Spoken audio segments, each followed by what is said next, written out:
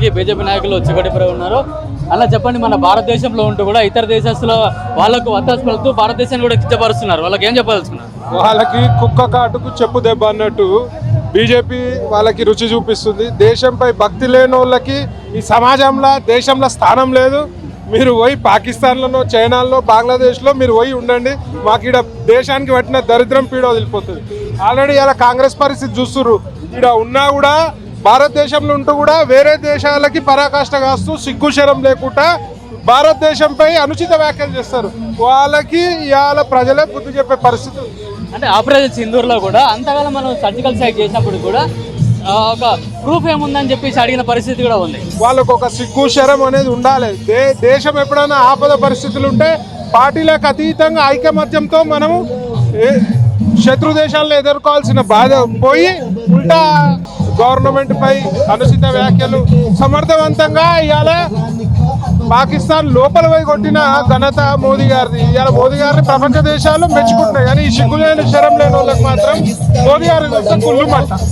Parliament లో జై policy అంటారు కానీ వందే మాత్రం కూడా పాడమంటున్నారు. అదే చెప్తున్నా, వాళ్ళు ఇలా భారతదేశంలో భారతదేశం వచ్చేసి వెళ్ళిపోతే దరిద్రం పోతుంది భారతదేశం. పేరేంటి, ఏ క్లాస్? నా పేరు సాక్షిత్. నేను 5th క్లాస్లో చదువుకుంటున్నాను. ఇది ఇండిపెండెన్స్ డేకి ఇక్కడ మీటింగ్ ఉండే, కొంచెం అందుకనే వచ్చిండే ఇక్కడికి. మోడీ గారి పిలుపు మేరకు, భారత ప్రధాని మోడీ గారి పిలుపు మేరకు ఈరోజు 10వ తారీఖు నుంచి 15వ తారీఖు వరకు హర్ ఘర్ తిరంగా అనే ఒక ప్రోగ్రామ్ని దేశం మొత్తం మీద కూడా చేయడం జరుగుతూ ఉంది. ప్రతి ఇంటి మీద త్రివర్ణ పతాకం ఎగరాలి. ఇది దేశ సమైక్యతకు, దేశ అభివృద్ధికి కూడా, దేశంలో ఉన్నటువంటి హిందూ బంధువులలో జాతీయ మతం నింపడం కోసం చేస్తున్నటువంటి ఈ ప్రోగ్రాంకి ఈరోజు హైదరాబాద్లో ట్యాంక్ బండ్ పైన చేయడం జరుగుతూ ఉంది. దీనికి వేలాదిగా దేశం కోసం, ధర్మం కోసం పోరాటం చేసేటటువంటి వాళ్ళు చాలామంది వందల కొద్దిగా పాల్గొనడం జరిగింది. భారత్ మాతాకి జై. రేపు స్వాతంత్ర దినోత్సవం సందర్భంగా ఈరోజు తేదీ 14 రోజున మన ట్యాంక్ బండ్ మీద బీజేపీ ఆధ్వర్యంలో చాలా భారీ ఎత్తున ర్యాలీ తీయడం జరుగుతుంది. మన కిషన్ రెడ్డి గారి, రామచంద్రరావు సార్, మళ్ళా బండి సంజయ్ అన్న గారి, ఇంకా ఎంపీ ఎమ్మెల్యేల ఆధ్వర్యంలో భారీ ఎత్తున ర్యాలీ తీయడం జరుగుతుంది. ఈ దేశంలో ఉండాలంటే వందే మాతరం పాడాల్సిందే. వందే మాతరం పాడకుంటే ఈ దేశంలోకి వెళ్ళి ఎలగొడతాం. వందే మాతరం పాడాల్సిందే. ఈ దేశంలో ఉండాలంటే వందే మాతరం కంపల్సరీ పాడాలి. భారత్ మాతాకి జై.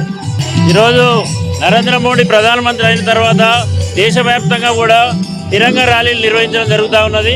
దీంట్లో యువతలో దేశభక్తి పెంపొందించాలా, ప్రజల్లో ఒక చైతన్యం నింపాలన్న ఉద్దేశంతో తిరంగా ర్యాలీలు చేపట్టడం జరిగింది.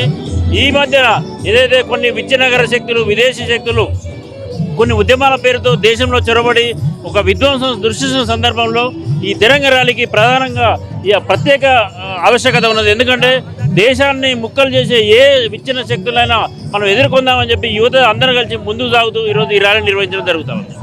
రాజ్యాంగాన్ని కూడా సవాల్ చేస్తున్న పరిస్థితి ఉంది. అయితే భారత రాజ్యాంగాన్ని సవాల్ చేస్తున్న వాళ్ళు ఎప్పటికి కూడా భారతదేశంలో ఉండడానికి అర్హులు కాదు. భారతీయ జనతా పార్టీ రాజ్యాంగానికి అత్యున్నతమైన గౌరవం ఇస్తూ ఈరోజు అంబేద్కర్ గారికి భారతరత్న ఇచ్చిన ప్రభుత్వం ఏదైనా ఉందంటే భారతీయ జనతా పార్టీ. గత 50 సంవత్సరాలు పరిపాలించిన ఏ కాంగ్రెస్ పార్టీ నాయకుడు కూడా అంబేద్కర్ గురించి మాట్లాడలేదు. ఈరోజు భారతీయ జనతా పార్టీ నరేంద్ర మోడీ గారి నాయకత్వంలో భారతరత్న వారికి ఇవ్వడం జరిగింది. అంటే భారత రాజ్యాంగం పట్ల, భారత రాజ్యాంగ నిర్మాత పట్ల భారతీయ జనతా పార్టీకి ఉన్న నిబద్ధతని ఈరోజు ప్రజలందరూ గుర్తుపెట్టుకోవాలని తెలియజేస్తా ఉన్నాం. భారత్ మాతాకి జై. ఈ సంవత్సరము 80వ స్వాతంత్ర దినోత్సవ సంవత్సరము. దానికి పిలుపుగా honourable prime minister Narendra Modi గారు హర్ ఘర్ మే తిరంగా అనేసి ప్రతి ఇంటి మీద మన యొక్క జాతీయ పతాకాన్ని ఎగరవేయాలి. మన భారతదేశం మీద మన యొక్క దేశభక్తిని చాటుకోవాలి. ఈరోజు హైదరాబాద్ నగరం అంతా ఈ ట్యాంక్ బండి మీద మన త్రివర్ణ పతాకాన్ని ఎగరవేస్తున్నాము. మన యొక్క స్వాతంత్ర దినోత్సవం ముందు రోజు ఈ విధంగా మన యొక్క భారతదేశానికి ఇప్పటి వరకు సమరయోధులు తీసుకొచ్చిన స్వాతంత్రము ఒక ఎత్తు, మళ్ళీ ఇప్పుడు ప్రధాని నరేంద్ర మోదీ గారి చేతిలో మన దేశం ఉండడం ఇంకో ఎత్తు. ఎంతో ప్రగతి పదంలో ముందుకు వెళ్తున్నటువంటి ఈ దేశము అసలు ప్రపంచంలోనే అగ్రస్థానంలో నిలబడింది.